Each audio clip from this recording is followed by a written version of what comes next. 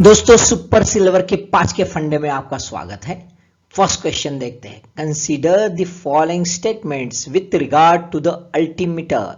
1. Altimeter reading change as the elevation change. 2. Altimeter reading change as the weather change. Which of the above statements is or are correct?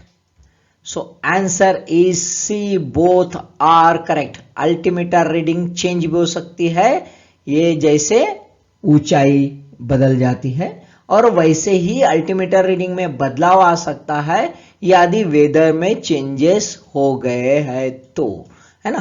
तो देख लेते हैं news में क्या है। News में इसलिए है कि 5G जो है उसका कंसर्न है, उसका मेन प्रॉब्लम है।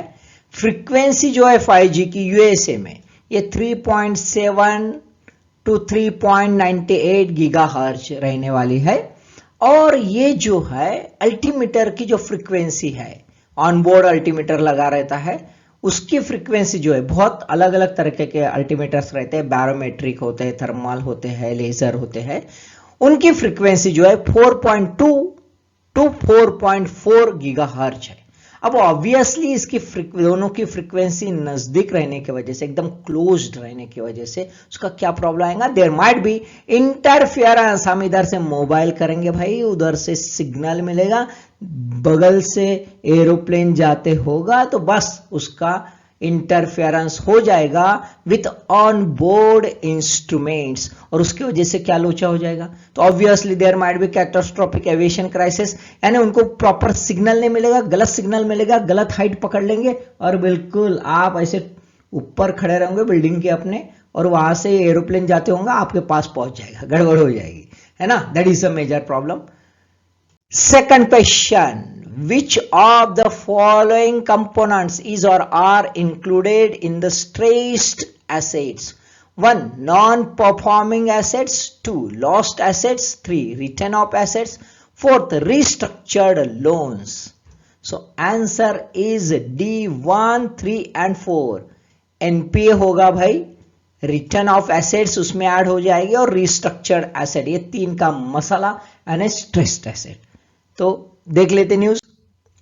न्यूज इसलिए है कि इंडियन बैंक एसोसिएशन जो है रिसेंट बजट के पहले गवर्नमेंट को बहुत सारे रिकमेंडेशन सजेस्ट किए हैं बैंकिंग रिफॉर्म्स में।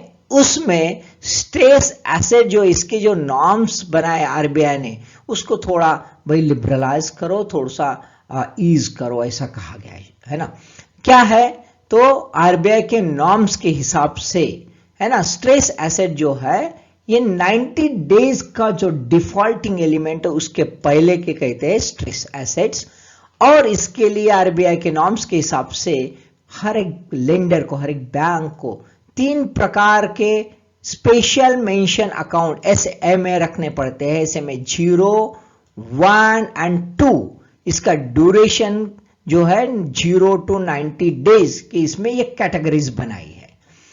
अब जो है ये एसेट जब परफॉर्म नहीं कर पाता बराबर, तब वो convert into the doubtful and then the non performing assets. Third question, which of the following components influence the prices of petrol in India. Petrol के भाव से पूरी भारतीय जनता डर जाती है ना। तो ये बड़ा मसला है, बड़ा पॉलिटिसाइज मसला भी है, बड़ा सेंसिटिव मसला है। तो इसमें पूछा क्या है, which of the following components influence the prices of petrol in India. 1. Cost of crude oil. 2. Exchange value of rupee. 3. Base price of oil marketing companies and 4th. Consumption ratio of refineries. Answer is D, all 4 are correct. सभी है भाई। Petrol के price कौन influence नहीं करता, अरे भाई हल्का सा एक्सीडेंट भी इन्फ्लुएंस कर लेता, कुछ भी होता है ना। The cost of the crude oil, भाई क्रूड ऑयल की कॉस्ट यानी कच्चे तेल की कॉस्ट यदि बढ़ गई तो ऑब्वियसली कच्चा माल की कॉस्ट बढ़ गई तो पक्के माल की कॉस्ट भी बढ़ जाती है। एक्सचेंज वैल्यू ऑफ रुपी, है ना, यानी डॉलर यदि महंगा हो गया तो डॉलर अप्रिशिएट, रुपी डिप्रिशिएट हो गया तो भी होता है। क्यों? तो भाई हम more than 70% of the oil is imported, तो अपने आप एक्सचेंज वैल्यू का असर गिर जाएगा, है ना। Base price of oil marketing companies, oil marketing companies अपना भी कुछ कमाना चाहती है, जो मार्केट करती है, तो उसका एक बेस प्राइस होता है, वो यदि बढ़ गया तो भी होता है। कंजम्पशन रेशियो ऑफ रिफाइनरीज, ये क्या है भाई? तो consumption ratio of refinery in the sense refiner की अपनी एक कैपेसिटी होती है, एक ऑप्टिमम कैपेसिटी के ऊपर यदि चलता है, यदि उसकी रिफाइनिंग होती है तो अपने आप कॉस्ट कम हो जाएगी, तो बराबर क्या हो जाएगा, अपने आप पेट्रोल के प्राइस कम हो सकते हैं। अब यदि रिफाइनरी में कम कच्चा तेल है, उसका रिफाइनिंग कैपेसिटी कंजम्पशन रेशियो कम हो गया, तो अपने आप क्या हो जाएगा, प्राइजेस महंगे हो जाए। और कौन कौन से फैक्टर भाई इन्फ्लुएंस कर सकते हैं, सिर्फ इतने ही होते हैं क्या? तो नहीं भाई, बहुत सारे फैक्टर है। अभी मेन फैक्टर देख लीजिए, है ना। मेन फैक्टर क्या है भाई कि अपकमिंग स्टेट इलेक्शंस, ये तो बहुत ही बड़ा मायना है। अब स्टेट इलेक्शंस होने की वजह से retail prices are delinked temporarily from the crude oil prices and continue to remain at a relatively lower rate. भाई इंडिया में हमारे जो कंज्यूमर्स होते हैं वो होटर होते हैं, और कंज्यूमर बिहेवियर ये होटिंग बिहेवियर होता है। बस 5 पैसे से सस्ता कर लो, बस लोग खुश, और फिर सीधा 10 पैसे से धीरे से बढ़ा। अरे कम करना इंपॉर्टेंट है, कम हो गया कि, है ना। तो साल भर इलेक्शन चलते रहे हुए, साल भर, है ना। तो ये थोड़ा सा है, बड़ा प्रॉब्लम है इंडिया में, अलग है हमारा।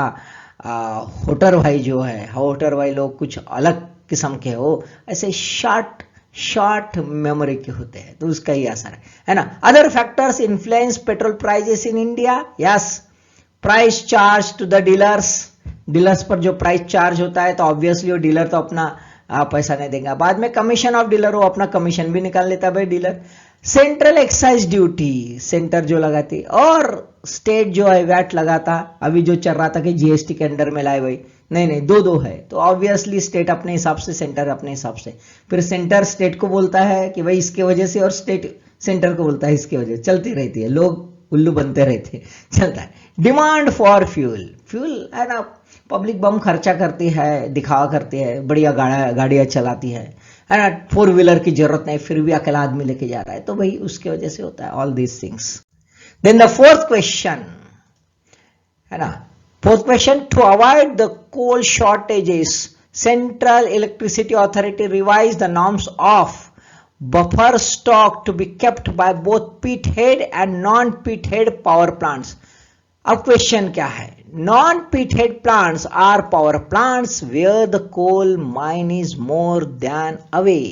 कितना किलोमीटर दूर यदि पावर प्लांट होता है कोल माइन से, तो उसको नॉन पिट हेड प्लांट कहते हैं। So answer is C, 1500 kilometre, इतना दूर होता है तभी उसको नॉन पिट हेड प्लांट कहते हैं। न्यूज में इसलिए दोस्तों कि एनटीपीसी जो है, एनटीपीसी ने अभी समर के लिए अपना कोल शॉर्टेज नहीं होना चाहिए बफर स्टॉक में, इसलिए अभी इंटरनेशनल टेंडर अभी ही फ्लोट कर दिया। कितने प्रोक्यूर करने के लिए? 14.5 मिलियन टन्स जो है कोल जो है खरीदने के लिए, इंपोर्ट करने के लिए, जबकि इंटरनेशनल प्राइजेस महंगे हो रहे हैं। अब मजबूरी है भाई, क्योंकि अभी से प्लान नहीं करेंगे तो गड़बड़ होगा। क्यों? तो देखिए कोल का स्टॉकिंग नॉर्म्स क्या है, तो February to June every year, है ना। जो पिट हेड प्लांट है, पिट हेड प्लांट के लिए 17 डेज का बफर स्टॉक होना चाहिए, और नॉन पिट हेड प्लांट के लिए 26 डेज का। तो ऑब्वियसली इसके लिए एनटीपीसी अभी से प्रोएक्टिव हो गई, एक्टिव हो गई।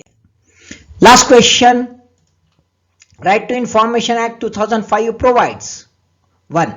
Suo motu disclosure of official information, 2. public information on demand by any citizen or any person of India, है ना। और तीसरा है exemption from the disclosure of information.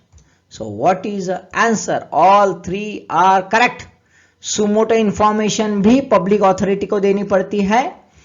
दूसरा, यदि आरटीआई में किसी ने डिमांड की तो फिर देना पड़ता है, लेकिन सभी देना पड़ता है क्या? नहीं।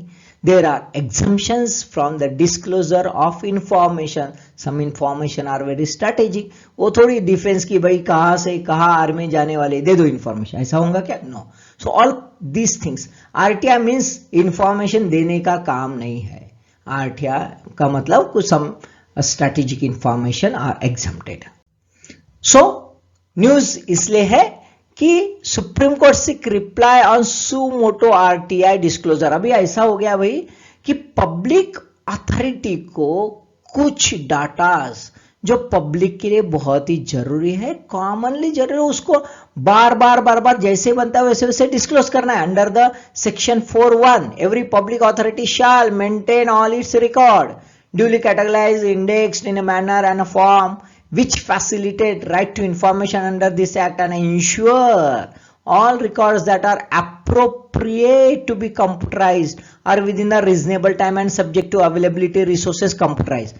यानी डिजिटलाइज भी कर दो भाई, and connected through a network all over the country. सब इंडिया में बता दो, डिफरेंट सिस्टम्स, जहां से दे सकते हो वहां से कॉमन पब्लिक को मिलते रहे, अपने आप डालो भाई. लेकिन ऐसा नहीं करते.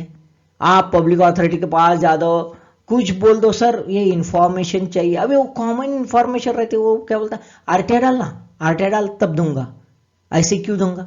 दैट इज द इशू, है ना. और इसीलिए सुप्रीम कोर्ट क्या करता है, on the 21st January 2022 asks for the government's response to players seeking the effective implementation of a provision of RTI which obliges public authorities to sumo disclosure to maintain transparency in a governance. हमारा governance कैसा है ना, transparent होना चाहिए, तो देना चाहिए ना भाई, तो ऐसा नहीं होता. That is the issue.